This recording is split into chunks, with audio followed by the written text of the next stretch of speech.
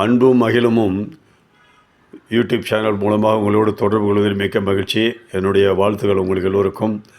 தமிழின் இனிமை என்ற இந்த தலைப்பில் இது 4வது பதிவு. இங்கு சில எழுத்துக்கள் கொடுக்கப்பட்டுள்ளது. அன்பு கூர்ந்து அதை பாருங்கள். இந்த எழுத்துக்களை பயன்படுத்தி நிறைய சொற்களை, குறைந்தது 60 சொற்களை உருவாக்கலாம்.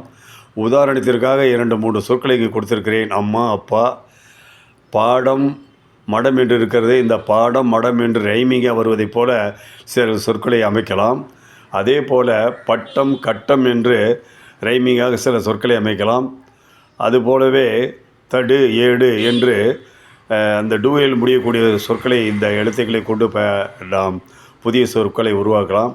பெற்றோர்கள் அன்பு கூர்ந்து தங்களுடைய குழந்தைகளை இதை காண்பித்து அவர்களை இதற்கு பயிற்சி அளிக்கும்படி அன்போடு கேட்டுக்கொள்கிறேன். இந்த பதிவை மற்றவர்களுக்கும் ஷேர் பண்ணுங்கள். என்னுடைய யூடியூப் சேனலை சப்ஸ்கிரைப் பண்ணுங்கள். தமிழ் சுலபமான மொழியாக இருக்கிறது. தமிழ் தானே என்று விட்டுவிடாமல் தமிழிலும் நல்ல மதிப்பெண்களை பெறலாம். தமிழை வளர்ப்போம். உங்கள் எல்லோருக்கும் என்னுடைய வாழ்த்துக்கள். இந்த பதிவை அருண் சுபி என்ற ஒரு சகோதரி அவர்கள் பார்த்துவிட்டு பாராட்டி என்னை உற்சாகப்படுத்தி இருக்கிறார்.